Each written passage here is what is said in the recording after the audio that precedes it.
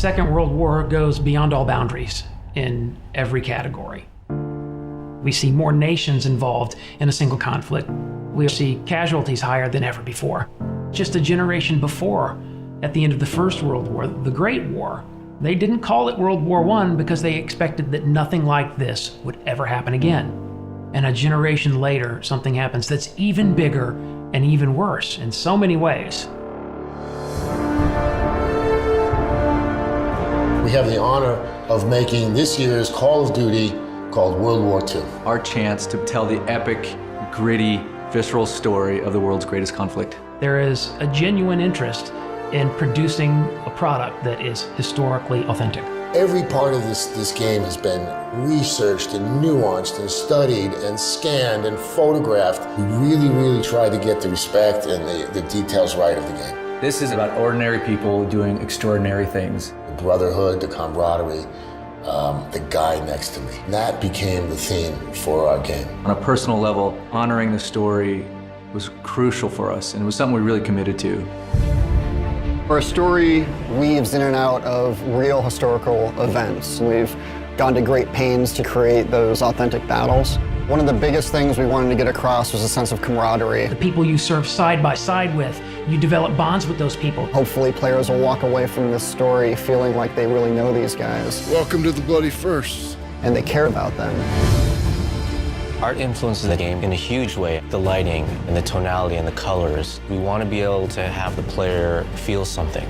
By creating a very believable environment, it allows the player to slip into this world. The vision for the art direction we call dark and beautiful. It was emotionally dark, visually beautiful. More than just being cool and pretty, it's about trying to get people to have a deeper emotional reaction to the game.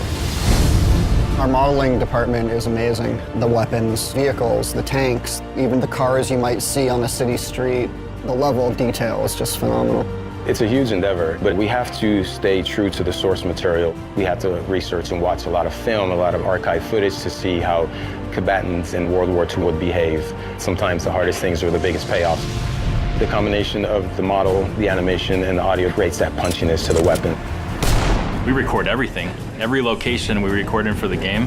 The ambiences, the music, the dialogue, everything has to be created from scratch. We had a real opportunity here to do a level of authenticity and reality, true to the war, true to the soldiers who fought in that war. We had this great opportunity with Marty Morgan, our military advisor.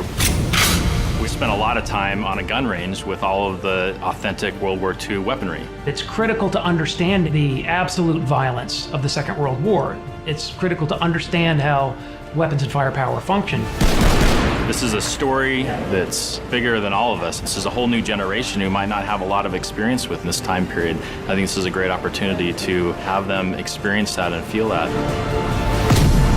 We've made something pretty incredible, and I'm very proud of it. It's perhaps the greatest compliment I've been paid in my career to work on this project. This is the most powerful game I've ever worked on.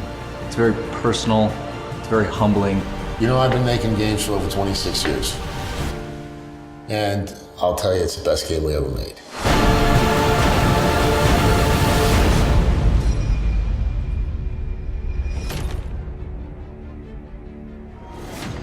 Pre-order now and get access to the private beta.